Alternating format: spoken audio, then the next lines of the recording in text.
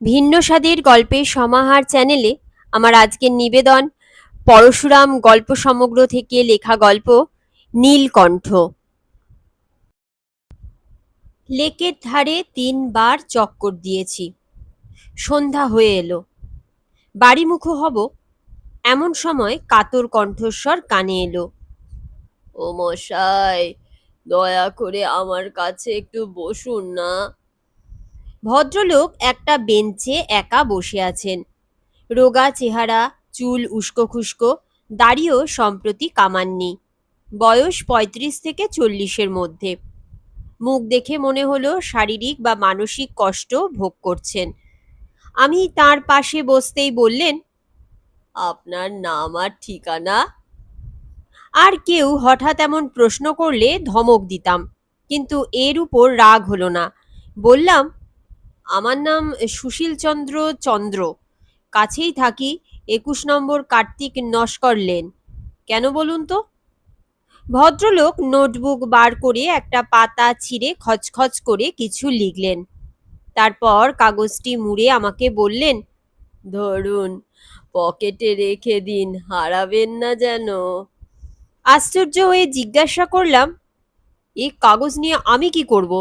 আপনার নাম কি মশাই? আমার নাম শ্রী নীলকণ্ঠ তবলদার। হাল ঠিকানা প্লট নম্বর 55, Kapil road extension, doctor Bankim পালের বাড়ি। কাগজটা যত্ন করে রাখবেন, আপনি যাতে বিপদে না পড়েন তার জন্যে লিখে দিয়েছি। বিপদে পড়ব কেন? পুলিশ আপনাকে নিয়ে টানাটানি করতে পারে, তাই লিখে দিয়েছি। আমার মৃত্যুর জন্যে আমি ভিন্ন, আর কেউ দায়ী নয়। আপনারই বা মৃত্যু হবে কেন? নীলকণ্ঠ তবলদার চক্ষু বিস্ফারিত করে বিকৃত মুখে একটু হেসে বললেন, হে, বিশ্বাস হচ্ছে না? তবে এই দেখুন। বলেই পকেট থেকে একটা শিশি বার করে ঢক ঢক করে সবটা খেয়ে ফেললেন। লোকটির কাণ্ড দেখে ভয় পেয়ে চেঁচিয়ে উঠলাম, এ কি করলেন? হ্যাঁ, আমি লোক ডাকছি। নীলকণ্ঠ বজ্র মুষ্টিতে আমার হাত ধরলেন এবং পকেট থেকে একটা ছুরি বার করে বললেন, খবরদার উঠবেন না বলছি, তাহলে আমার টুটি কেটে ফেলবো। বদ্ধ পাগল, একে বাঁচানো যাবে কি করে? কাছাকাছি কেউ নেই, দূরে কয়েকজন বেড়াচ্ছে। চিৎকার করে ডাকতে যাচ্ছি, নীলকণ্ঠ আমার মুখ চেপে ধরে বললেন, খবরদার, টু শব্দটি করলেই আমি নিজেকে জবাই করব। বললাম, আপনার মতলবটা কি মশাই? একাই তো মরতে পারতেন, আমাকে ডাকবার কি দরকার ছিল? নীলকণ্ঠ একটু নরম হয়ে বললেন, রাগ করবেন না সুশীল বাবু, অন্তিম মুহূর্তে আমার ইতিহাসটি আপনাকে শোনাতে চাই, নইলে মরেও শান্তি পাবো না। আপনি তো এখনই মরবেন, ইতিহাস শোনাবেন কখন? নীলকণ্ঠ তার হাত ঘড়ি দেখে বললেন, এখন 6:15, 6:30 পর্যন্ত সময় পাওয়া যাবে। 15 মিনিট পরে মরব। কি খেয়েছেন? Hydrocyanic acid. শিশিটা শুঁকে দেখুন, বাদামের গন্ধ পাবেন। ও জিনিস খেলে তো সঙ্গে সঙ্গে মরবার কথা, এখনো বেঁচে আছেন কি করে? এটি আমারই আবিষ্কার দাদা। ফটোগ্রাফি করেছেন কখনো? এক্সপোজ করে দোকানে ফিল্ম দিলেন, সব কাজ তারাই করে দিল। সেরকম ফাঁকির ফটোগ্রাফি নয়। নিজে ডেভেলপ করেছেন কখনো? পটাশ ব্রোমাইডে কি হয় জানেন? রিটার্ডেশন হয়, ছবি ফুটে উঠতে দেরি হয়। যা খেয়েছি তাতে 2% হাইড্রোসায়ানিক অ্যাসিড আর 3 গ্রেন ব্রোমাইড আছে। তার ফলে বিষক্রিয়া পিছিয়ে গেছে। বুঝতে পারছেন না? সিদ্ধির সঙ্গে মাকড়সার ঝুল মিশিয়ে খেলে জোর নেশা হয়, জানেন তো? একে বলে সিনার্জিস্টিক এফেক্ট। কিন্তু ঝুলের বদলে যদি ইঁদুর নাদি মেশান, তবে নেশা ধরতে দেরি হবে। কারণ ইঁদুর নাদি হলো অ্যান্টি সিনার্জিস্টিক। পটাশ ব্রোমাইডের ক্রিয়াও সেই রকম। পাশ করিনি বটে, কিন্তু বাড়িতে বিস্তর পড়েছি। হেন সায়েন্স নেই যা জানি না। আমার বন্ধু বঙ্কিম পাল তার ডিসপেন্সারিতে আমারই প্রেসক্রিপশন মাফিক মিক্সচার বানিয়ে দিয়েছে। বন্ধু হয়ে আপনাকে বিষ দিলেন? তা না দেবে কেন? আমার প্রাণ আমার নিজের সম্পত্তি। নিরুৎসত্ত্বে ভোগ দখল করতে পারি। যেমন খুশি দান বিক্রয় বা ধ্বংসের অধিকারও আমার আছে। আপনাদের আইন আমি গ্রাহ্য করি না। বঙ্কিম ডাক্তারও উদার লোক, তার প্রেজুডিস মোটেই নেই। সে তার বন্ধুর অন্তিম অনুরোধ পালন করেছে। শুধু শুধু মরছেন কেন? শুধু শুধু নয় মশাই, এই পৃথিবীর ওপর ঘেন্না ধরে গেছে। কেবল ভেজাল, নকল, ঠকামি আর জোচ্চুরি। এই সামনের দুটো দাঁত দেখুন, কাঁকড় মিশানো চাল খেয়ে ভেঙে গেছে। 5টি বছর ড্রপসিতে ভুগেছি ভেজাল সর্ষের তেল খেয়ে। 2 বছর ধরে সর্দিতে ভুগছি। মুরগির মাংস বলে বেটারা কচ্ছপ খাইয়েছে। তেল, ঘি, দুধ, দই, মশলা সর্বত্র ভেজাল। কংগ্রেস সরকারও ভেজাল। সর্বত্যাগী গান্ধীজির নাম করে সমস্ত ক্ষমতা হাতিয়েছে, আর মোটা মোটা মাইনে দিয়ে এক পাল খাঞ্জা খাঁ নবাব পুষছে। কমিউনিস্ট পার্টিও ভেজাল। দেশ শুদ্ধ লোককে ভেড়া বানিয়ে ডিকটেটরি চালাবার মতলব। অধিক কি বলবো মশাই, বিবাহে পর্যন্ত ভেজাল। আর সব কোনো রকমে সইতে পারি, কিন্তু ভেজাল বউ অসহ্য। ভেজাল বউ কিরকম? কালো মেয়ে রং মেখে আপনাকে ঠকিয়েছে নাকি? আরে না মশাই, কালোতে আমার কোনো আপত্তি নেই। আমি নিজেই বা কোন ফর্সা। কুলকন্যা সেজে কুলটা আপনার ঘরে এসেছে? তাহলে তো উপায় ছিল।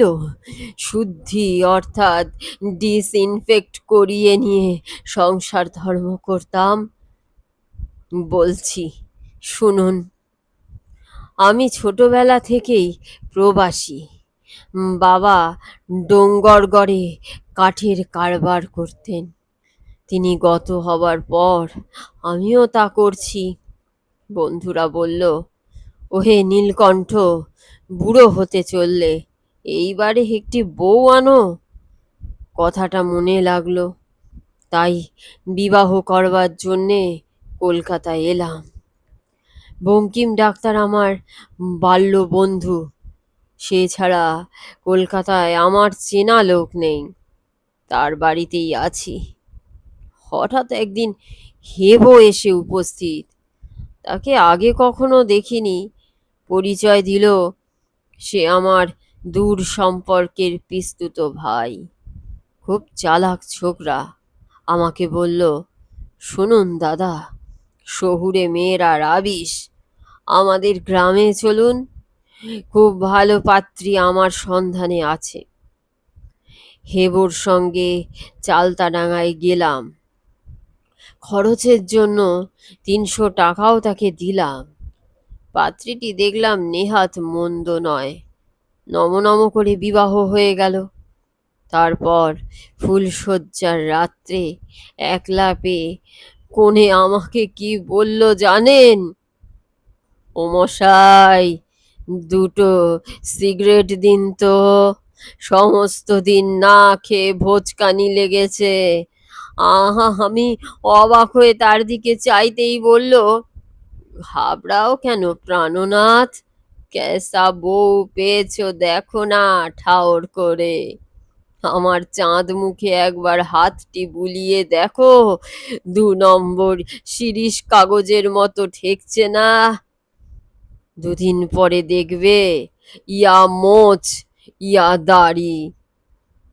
পুরুষের সঙ্গে আপনার বিয়ে হয়েছিল নাকি? হ্যাঁ মশাই, আমি বিয়ে পাগলা নই, এমন কিছু বুড়োও হইনি, তবু আমাকে ঠকিয়েছিল। পরদিন হেবকে গালাগাল দিতেই সে বলল, কি সর্বনাশ, দেশের লোককে বিশ্বাস করবার জো নেই। ওই বজ্জাত নিমাই মিত্তিরটার এই কাজ। নিজের শালিপো মটরাকে কোণে সাজিয়ে ঠকিয়েছে। আপনি নিশ্চিন্ত থাকুন দাদা, নিমেষালাকে আমি দেখে নেব। যা হবার হয়ে গেছে, এখন মটরাকে গোটা 50 টাকা দিয়ে বিদেয় করুন, নইলে আদালতে খোরপোশের দাবি করবে। আমি বললাম, খুব করুণ ইতিহাস নীলকণ্ঠবাবু, কিন্তু 15 মিনিট কাবার হতে চলল, এখনো তো আপনি মরলেন না। আহ, ব্যস্ত হন কেন? বিদ্যাসাগর লিখেছেন, মরণের অবধারিত কাল নাই। বিষ খেলেই যে বাঁধা ধরা সময়ের মধ্যে মরতে হবে এমন কোনো নিয়ম নেই। মানুষের ধাত অনুসারে কিছু এদিক ওদিক হয়। আচ্ছা, আমার নাড়িটা একবার দেখুন তো, বড্ড যেন কাহিল ঠেকছে। নাড়ি দেখে আমি বললাম, দিব্যি সুস্থ সবল লোকের নাড়ি, ক্ষীণে বলবতী প্রাণঘাতিকা নয়। আপনি এখনই মরবেন না নীলকণ্ঠবাবু, অনর্থক আমাকে আটকে রেখেছেন, আমি এখন উঠি। আপনি তো ভারী স্বার্থপর লোক মশাই, একটা মানুষ মরতে বসেছে, তার শেষ অনুরোধ রাখবেন না? 15 মিনিটের জায়গায় না হয় 20 কি 25 মিনিটই হলো। যা বলছি নাম শুনুন। হেবো আমাকে বলল, আবার আপনার বিয়ে দেব দাদা, আমাদের ভোজু মামাকে লাগিয়ে দেব, তুখর লোক, তাকে কেউ ঠকাতে পারবে না। আপনি এখন কলকাতায় ফিরে যান, ভোজু মামা পাত্রী স্থির করে আপনার সঙ্গে দেখা করবেন। তবে আপনি মরতে চান কেন? বিবাহ তো হবেই। আর বিশ্বাস করি না মশাই, এখন ইহলোক ছেড়ে চলে যাওয়াই ভালো মনে করি। কোথায় যেতে চান? স্বর্গে? রাম বলো, স্বর্গেও ভেজাল। ব্রহ্মা বিষ্ণু মহেশ্বর ইন্দ্র বরুণ সব পালিয়েছেন, এখানকার অবতাররা সেখানে গিয়ে জাঁকিয়ে বসেছেন। আমি মঙ্গল গ্রহে যাব স্থির করেছি, পরশু শেষ রাত্রে স্বপ্ন দেখেছিলাম। আমি উঠে পড়ে বললাম, মাপ করবেন নীলকণ্ঠবাবু, আমাকে এখন যেতেই হবে। আপনার মৃত্যুর ঢের দেরি, বহু বৎসর বাঁচবেন। আপনার বন্ধু বঙ্কিম ডাক্তার আপনাকে ঠকিয়েছেন। আচ্ছা বসুন, নমস্কার। নীলকণ্ঠবাবু আমাকে ফেরাবার জন্যে চিৎকার করতে লাগলেন, কিন্তু আমি আর দাঁড়ালাম না। পরদিন ঘুম থেকে উঠেই মনে হলো, আহা, পাগল লোকটিকে একলা ফেলে এসেছি, আজ একবার খোঁজ নেওয়া উচিত। ডাক্তার বঙ্কিম পালকে চিনি, বেলা 9টার সময় তার বাড়িতে উপস্থিত হলাম। নীলকণ্ঠবাবু নিচের বারান্দায় বসে সিগারেট টানছেন। আমাকে দেখে উৎফুল্ল হয়ে বললেন, আসুন আসুন সুশীল বাবু, দেখুন জগতে আপনি একমাত্র খাঁটি মানুষ। আমার বন্ধু বঙ্কিম ডাক্তারও ভেজাল চালিয়েছিল, হাইড্রোসায়ানিকের বদলে বাদামের শরবত খাইয়েছে। নেহাত বন্ধু লোক, নইলে পুলিশে খবর দিতুম। আমি বললাম, বঙ্কিম ডাক্তার খুব ভালো কাজ করেছেন, তিনি আপনার হিতাকাঙ্ক্ষী বন্ধু, তাই আপনার বেয়ারা অনুরোধ রাখেননি। এই সময় একটি লোক এসে বলল, নীলকণ্ঠ তবলদার এখানে থাকতেন? নীলকণ্ঠ বললেন, আপনি কে মশাই? আমি সম্পর্কে নীলকণ্ঠের মামা হই, ভজু মামা। চালতাডাঙ্গার হেবো আমাকে পাঠিয়েছে। নীলকণ্ঠ ভয় পেয়ে চুপি চুপি আমাকে বললেন, আপনি কথা বলুন দাদা, আমি আর ওদের ফাঁদে পা দিচ্ছি না। আমি প্রশ্ন করলাম, কি দরকার আপনার? বড়ই দুঃসংবাদ, নীলকণ্ঠ বেচারা মারা গেছে। আমরা দুজনেই চমকে উঠে বললাম, হ্যাঁ, বলেন কি? হ্যাঁ মশাই, কাল সন্ধেয় কলকাতায় পৌঁছেই সোজা এখানে এসেছিলাম একটা ভালো সম্বন্ধ পেয়েছি কিনা। এসে দেখি নীলকণ্ঠ নেই, ডাক্তারবাবুও বেরিয়ে গেছেন। একটি ছোকরা কম্পাউন্ডার বলল, নীলকণ্ঠবাবু 4 আউন্স বিষ নিয়ে লেকে গেছেন, তার মতলব ভালো নয়। যান যান, এখনই সেখানে গিয়ে খবর নিন। গিয়ে শুনলাম লেকের ধারে একটা লাশ পাওয়া গেছে, পুলিশ মর্গে চালান দিয়েছে। আমি বললাম, লেকে তো প্রায়ই লাশ পাওয়া যায়, ও জায়গাটা হলো হতাশ প্রেমের ভাগাড়, নীলকণ্ঠবাবু কি দুঃখে মরবেন? ভজু মামা বললেন, না মশাই, আপনি জানেন না নির্ঘাত নীলকণ্ঠ বেচারা বিয়ে করে হতাশ হয়েছে কিনা। আমি তখনই ছুটে মর্গে গেলাম, কিন্তু ঢুকতে পেলাম না। বলল এখন ঘর বন্ধ, কাল সকালে এসো।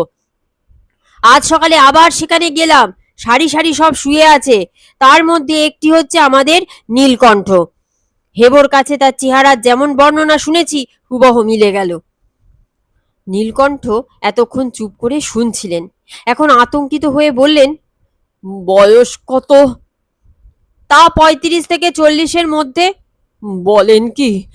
রং ফর্সা না ময়লা? ময়লা তো বটেই, ময়লাই হবে, হ্যাঁ। তবেই তো সর্বনাশ, গায়ে কোট না পাঞ্জাবি? পাঞ্জাবি, ধুতির ওপর আজকাল কেউ কোট পরে না মশাই, পশ্চিমে বাঙালি ছাড়া। এই গোঁফ আছে না নেই? পায়ে কিরকম জুতো? গোঁফ আছে বই কি, পায়ে কাবুলি জুতো। স্বস্তির নিঃশ্বাস ফেলে নীলকণ্ঠ বললেন, তবে সে লাশ আমার নয়, আমি পাঞ্জাবি পরি না, গোঁফ রাখি না, কাবুলি জুতোও আমার নেই। যাক, বাঁচা গেল। মরবার মতলবটা এখন ছেড়ে দিয়েছি।